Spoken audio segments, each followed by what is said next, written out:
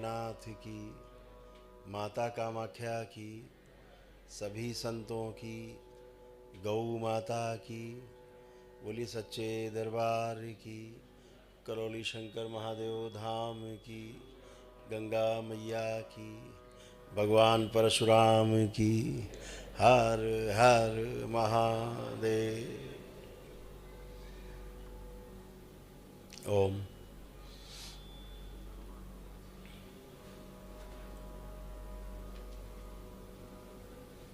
आज अक्षय तृतीया के इस पावन पर्व पर भगवानों के भगवान परशुराम के जयंती पर आप सभी को बहुत बहुत शुभकामनाएं, बहुत बधाइयाँ, हार्दिक शुभकामनाएं। आप सभी लोग बैठो बैठो बैठो।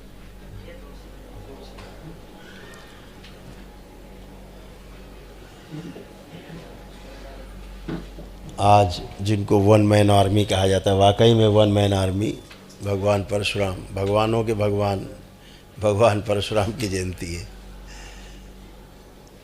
जिनको कभी भी किसी के सहयोग के सहारे की आवश्यकता नहीं पड़ी,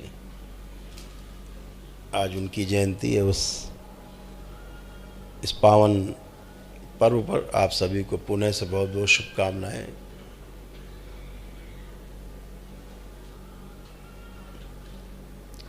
भगवान परशुराम हमारे लिए केवल आदर्श नहीं है,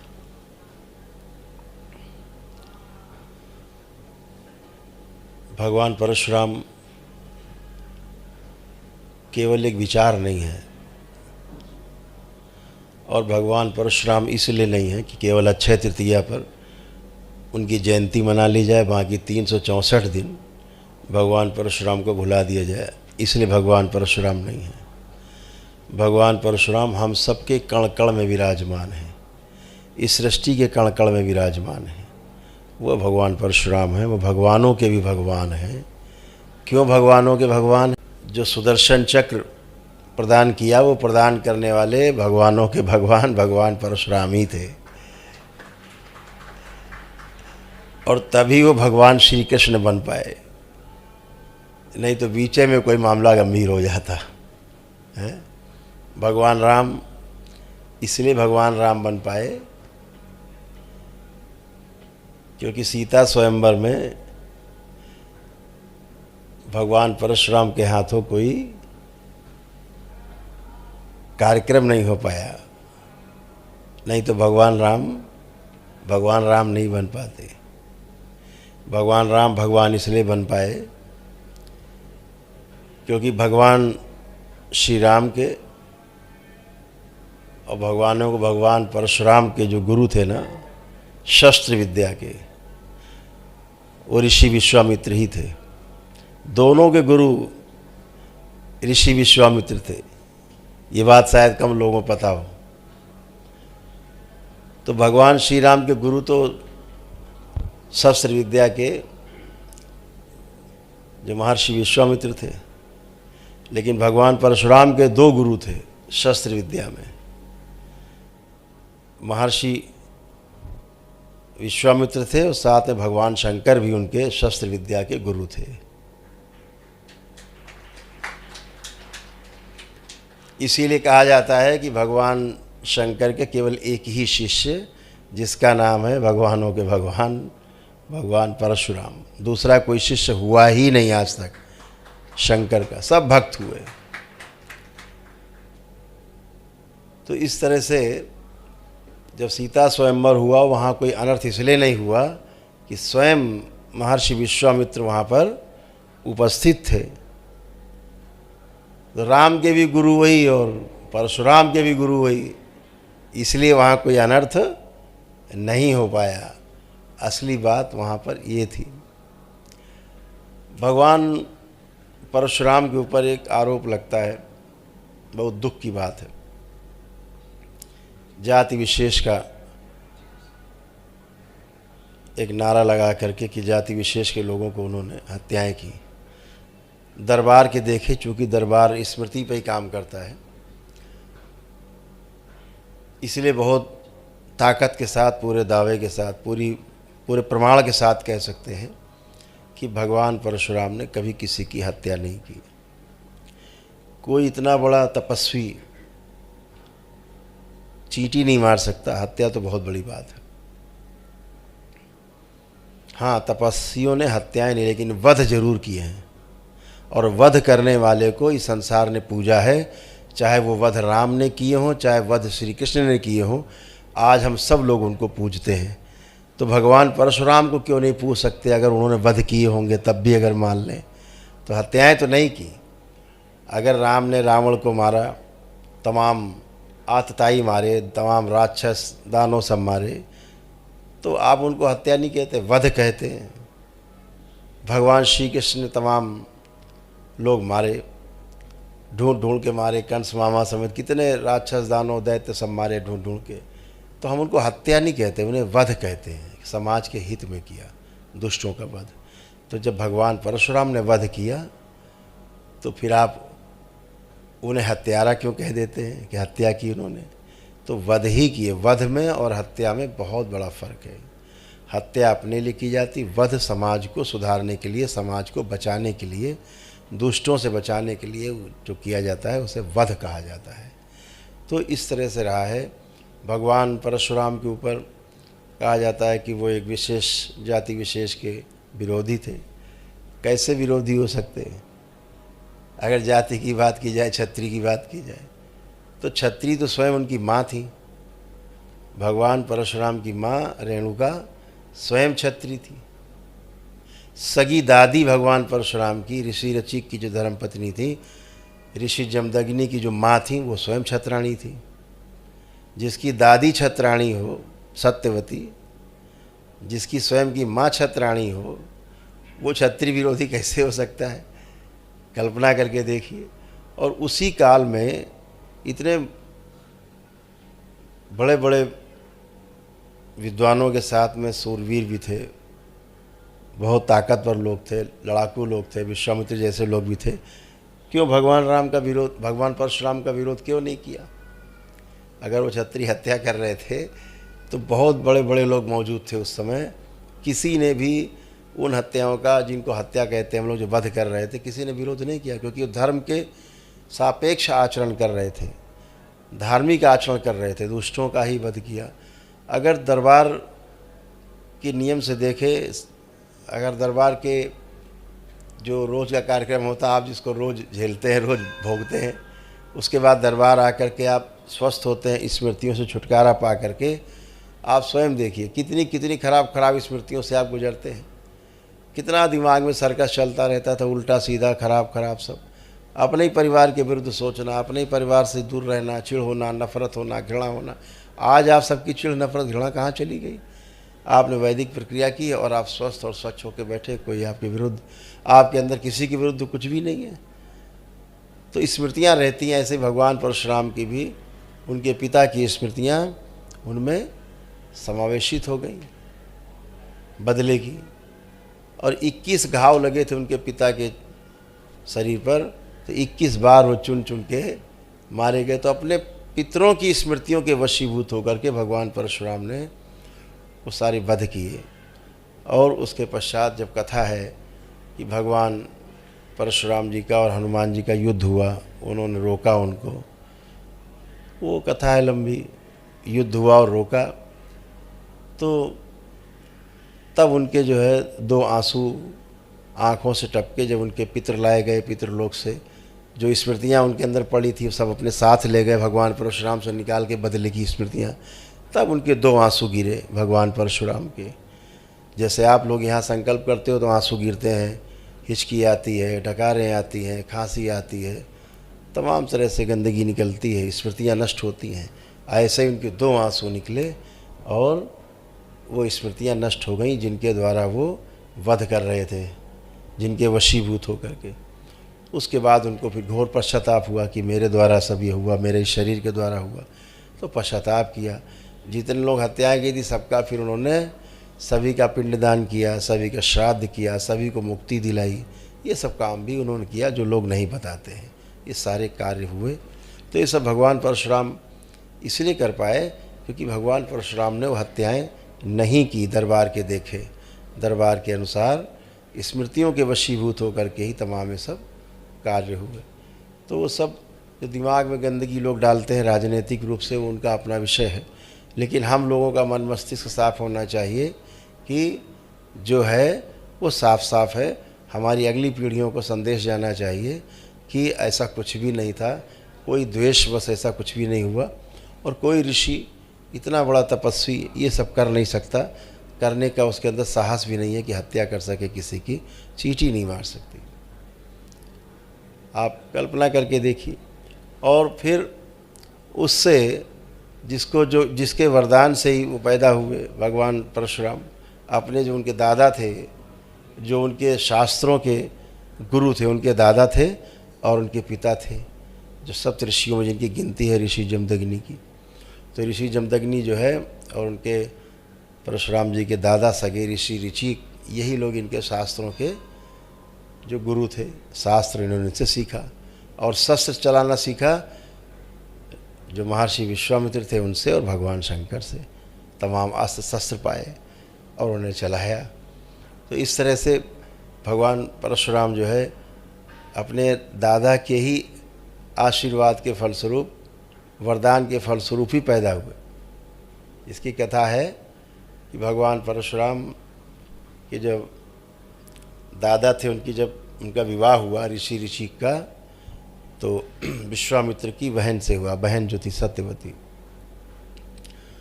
तो उन्होंने उनको एक पुत्रवती होने का वरदान दिया। तो उन्होंने कहा कि मेरी माँ को कोई पुत्र नहीं है, तो आप उन्हें भी वरदान दीजिए, आशीर्वाद दीजिए। तो उन्होंने 2 फल खाने को दिए, कहा कि एक अपनी माँ को दे देना, एक स्वयं खा लेना। दोनों को आशीर्वाद दिया।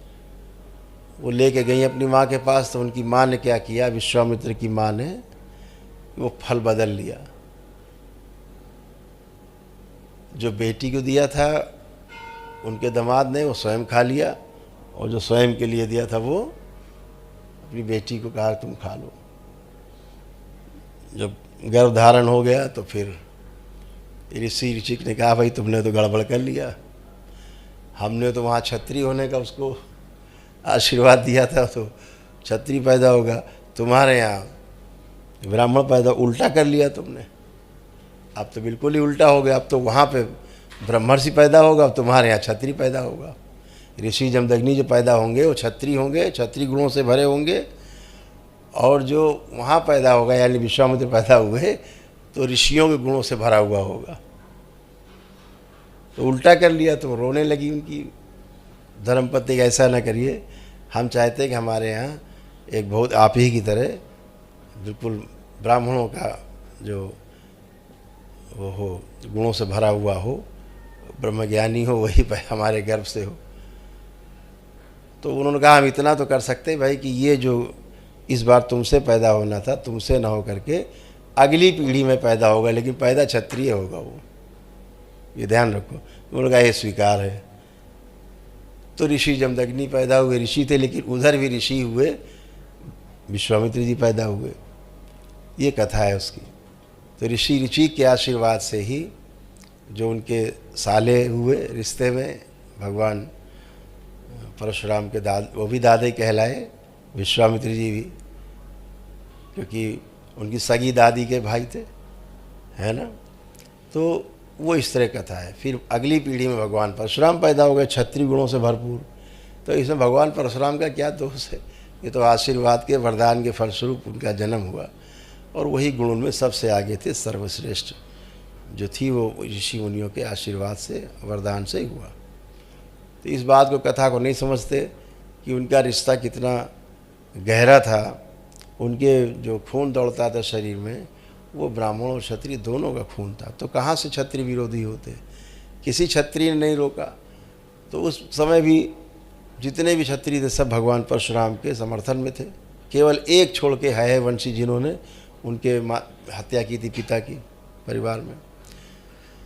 तो इस तरह से अगर देखा जाए तो जो समाज में तमाम भ्रांतियां हैं, वो भ्रांतियों को तोड़ना चाहिए और यही केवल एक ऐसा अपराध लोगों ने बढ़ा चढ़ा के प्रस्तुत किया समाज में, नहीं तो आज हर मंदिर में भगवान परशुराम की मूर्ति होती, हर मंदिर में भगवान परशुराम की पूजा होती।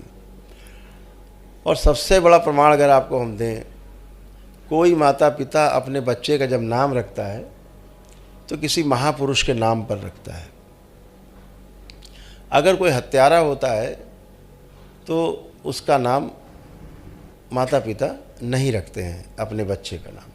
जैसे आप लोग अपने किसी बच्चे का नाम रावण नहीं रखोगे, लगता है कि कुछ बदनाम नाम है, ये नाम ही बदनाम है, तो आप रावण नहीं रखोगे, कंस नहीं रखोगे अपने बच्चे का नाम, बदनाम नाम है ना। भले उन्होंने कोई अपराध न किया लेकिन नाम बदनाम है, तो आप नहीं रखोगे।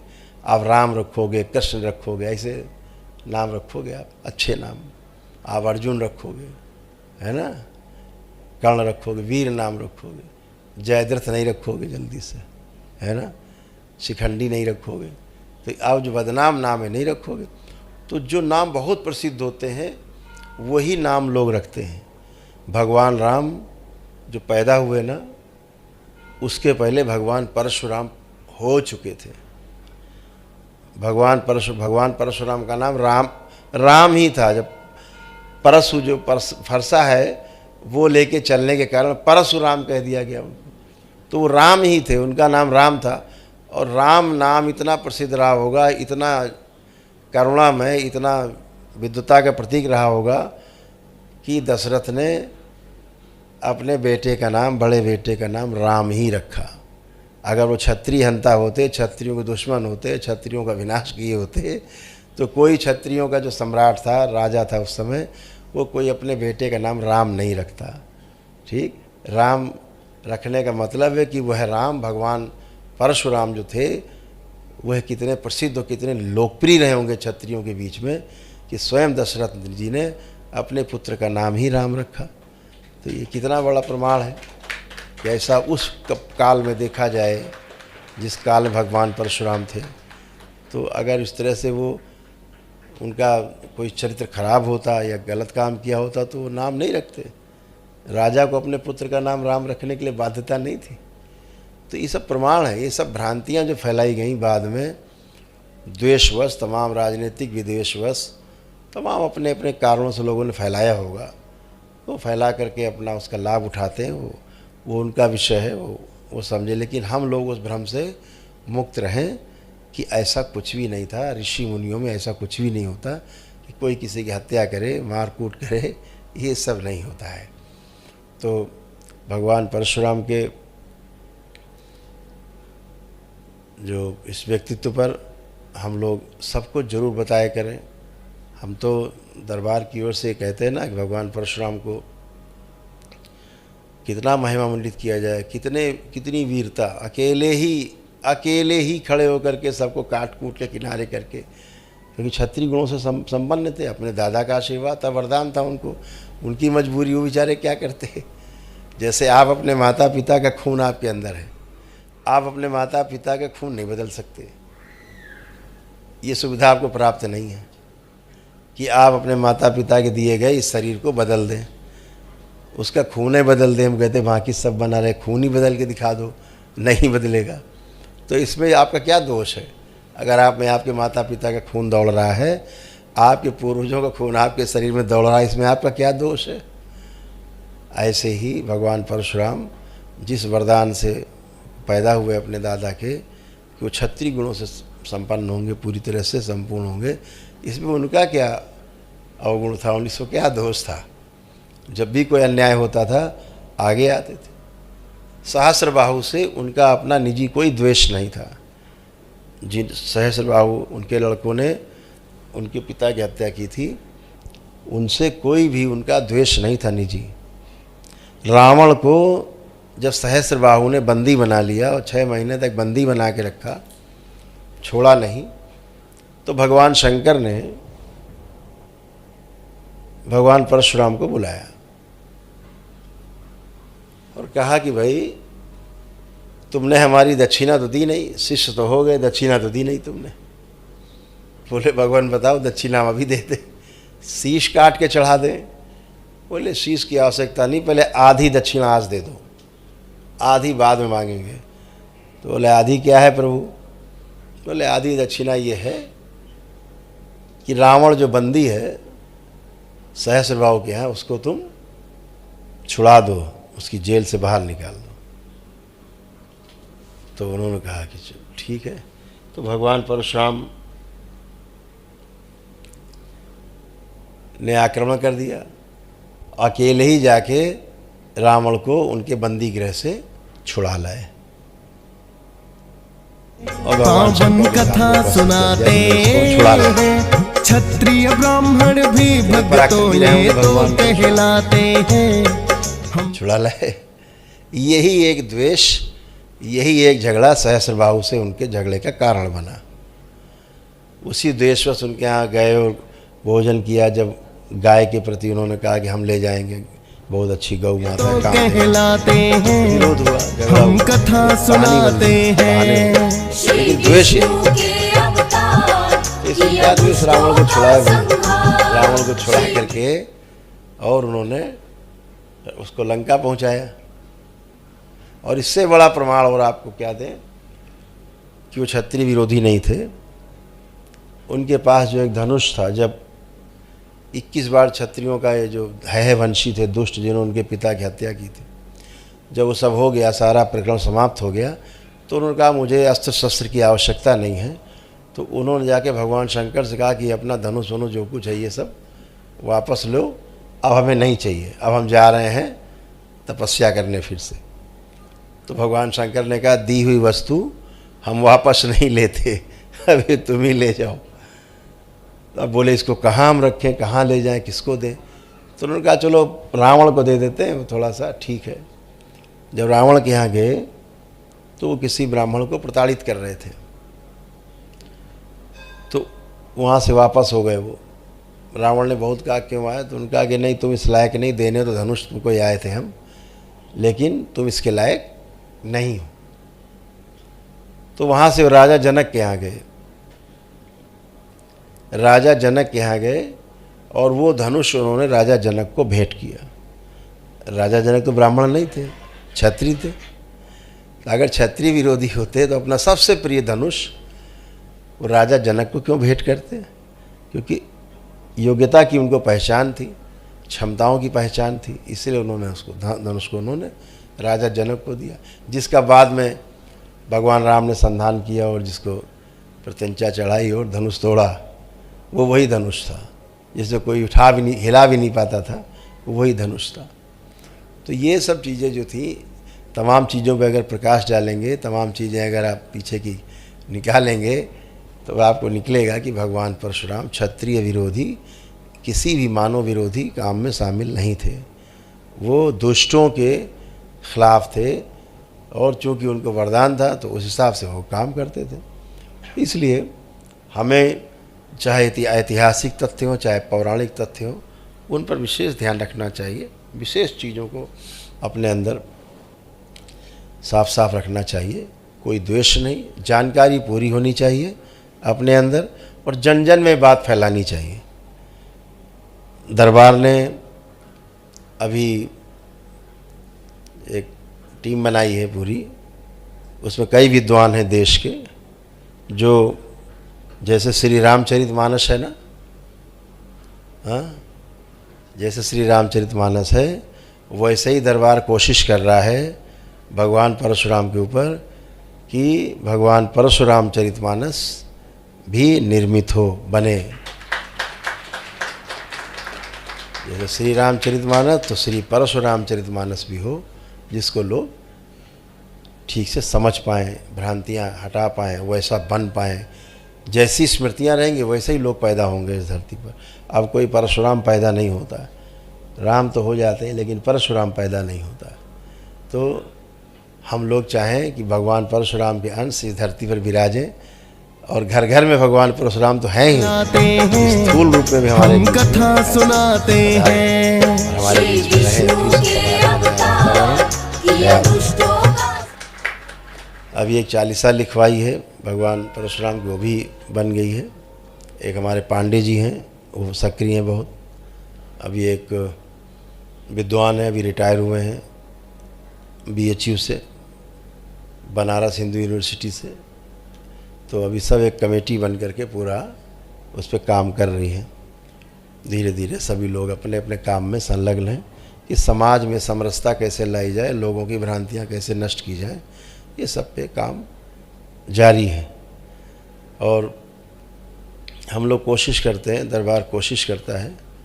हमारे शंकर सेना के प्रदेश अध्यक्ष हमारे बीच में उपस्थित हैं, सुबोध चोपड़ा जी उपस्थित हैं, जो शंकर सेना के उत्तर प्रदेश के प्रमुख हैं, अध्यक्ष हैं। अभी इन्होंने, इनकी इकाई ने, शहर की इकाई ने, विशाल वाजपेयी जी यहाँ शहर के अध्यक्ष हैं, उन्होंने, यूथ के विनय वर्मा जी हैं, इन लोगों ने मिलकर के डेलीगेशन, यहाँ की जो महापौर हैं उनसे मिलकर के एक दिया है ज्ञापन कि कानपुर में सरसैया घाट है, वहाँ पर एक जेल रोड चौराहा कहा जाता है। जेल रोड क्या होता है भाई, बड़ा अच्छा नाम तो है नहीं जेल रोड। तो ये मांग की गई है कि भगवान परशुराम के नाम पर उस चौराहे का नामकरण भगवान परशुराम चौराहा कर दिया जाए, जहाँ पर दरबार एक भव्य मूर्ति बनवा करके, कांस्य की प्रतिमा, विशाल प्रतिमा, कांसे की मतलब अष्ट धातु जैसी प्रतिमा बनवा करके उस चौराहे पर लगा कर उस साज सज्जा करवाए, और जो भी खर्च होगा उस चौराहे को बनाने में वो सब दरबार वहन करेगा। नगर निगम को वहाँ 1 रुपया भी खर्चा करने की आवश्यकता नहीं पड़ेगी, केवल कागज़ों पर नाम अंकित करने के लिए सदन में उसको पारित कराना होगा, इतनी सी बात है। और हम तमाम उन पार्षदों का भी धन्यवाद करते हैं जिन्होंने इस काम में सहयोग के लिए अपना सहमति पत्र भी शंकर सेना को दिया कि हम लोग समर्थन करते हैं कि भगवान परशुराम के नामकरण हो उस चौराहे का, और भगवान परशुराम का नाम हम लोग याद रखें, निकलते बैठते हमेशा अंकित रहे हमारे हृदय में। और हम तो चाहेंगे कि जगह जगह भगवान परशुराम के मंदिर बने, दिखते ही नहीं। अक्षय तृतीया को भगवान परशुराम को याद कर लेते हैं, बस बात ख़त्म, पूजा किया, काम ख़त्म। अरे मंदिरों में हद हो गई। एक ऐसा वो सैया बाबा है, वो सैया बाबा को जो है लोग मंदिर में लगाए घूम रहे हैं, और तो सैया बाबा तो मुल्ला है खुद ही, है ना। उस मुल्ले की मूर्ति लगभग हर आदमी अपने मंदिर में लगाए घूम रहा है। सैया बाबा, फलाने सैया बाबा, जोड़ जोड़ के भगवान के नाम से। अरे हम कहते सैया बाबा को उठा के बाहर फेंको, भगवान परशुराम को रखो भैया, जो हमारे आदर्श हैं उनको रखो, मूर्ति रखो, है। करो बढ़िया। हम तो कहते जितने मंदिर बने हैं सब करें, भगवान परशुराम की मूर्ति लगाएं, दरबार आएँ, जितने मंदिर बने, लोग मंदिर पूरे ज़िले में है, प्रदेश में, लोग मिलें दरबार से, पूरा सहयोग करेंगे हम लोग। भगवान परशुराम की प्रतिमा बनवा के बढ़िया भेंट करेंगे, अष्ट धातु की मूर्ति लगवाएंगे, दरबार के लोग लगवाएंगे, हर तरह से उनकी प्राण प्रतिष्ठा कराएंगे। तो सामने दृष्टि के पड़े तो आदर्श हैं हमारे भगवान परशुराम, तो उनकी लगनी चाहिए मूर्ति। उनकी जगह सैया बाबा बैठे हर जगह, टांग पे टांग चढ़ाए सैया बाबा बैठे। अब बताओ सैया बाबा कहाँ से आ गए? सैया बाबा समझ रहे हो ना आप लोग? समझते हो आप लोग? एक जिला है ना वगैरह शिरडी, तो सैया बाबा, तो सैया बाबा को जो है हटा करके भगवान परशुराम की वहाँ पर स्थापना होनी चाहिए।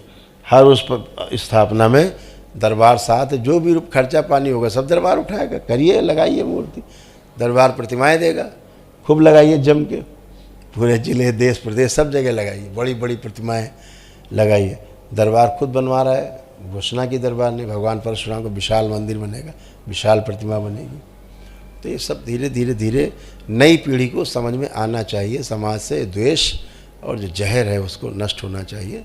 तो हम भगवान परशुराम के वंशज हैं। हम भगवान परशुराम के जो उनके कार्य रहे हैं अपने जीवन काल में बिल्कुल अपनाएंगे। हम सौभाग्य अपना समझते हैं कि हम भगवान परशुराम के वंशज हैं, हम भगवान परशुराम की संतानें हैं, हम उनके वंशज हैं। हम उनके कामों को आगे बढ़ाएंगे और हर तरह से लोगों की सेवा करेंगे, जैसे कि उन्होंने तप तपस्या की, ऐसे ही करके सबको आगे बढ़ाएंगे और सब आगे बढ़ेंगे। हम सभी संकल्प लें कि भगवान परशुराम के कार्यों को और उनके बनाए हुए मूल्यों को अपने में और अपने परिवार में सबको बताएंगे, फैलाएंगे। उनकी कथा जो कहानी गलत है उसको सही कथा बताएंगे कि जो बात सही है कि भगवान परशुराम ने अपने जीवन काल में कोई भी हत्या नहीं की, जो किया उनके शरीर के द्वारा, उनकी स्मृतियों के द्वारा वध हुआ, जो बहुत ही जायज़ था। और उस समय के जो क्षत्रिय थे,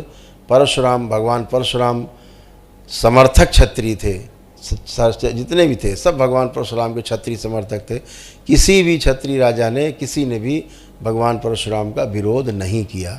अगर वो क्षत्रिय विरोधी होते तो बहुत लोग थे, उनसे बड़े बड़े लोग भी थे। भगवान स्वयं ऋषि विश्वामित्र थे जो उनके गुरु थे, किसी ने विरोध नहीं किया क्योंकि उन्होंने कोई गलत काम नहीं किया। तो इसलिए हम सब ये संकल्प लें कि हम भगवान परशुराम के चरित्र को अपने में, अपने बच्चों में उतारेंगे और हम ऐसा करके अपने समाज को और मजबूत करेंगे। इन्हीं शब्दों के साथ हरिहर खुशी। पुणे से आप सबको बहुत बहुत बधाइयाँ, बहुत शुभकामनाएं भगवान परशुराम जी की जयंती पर।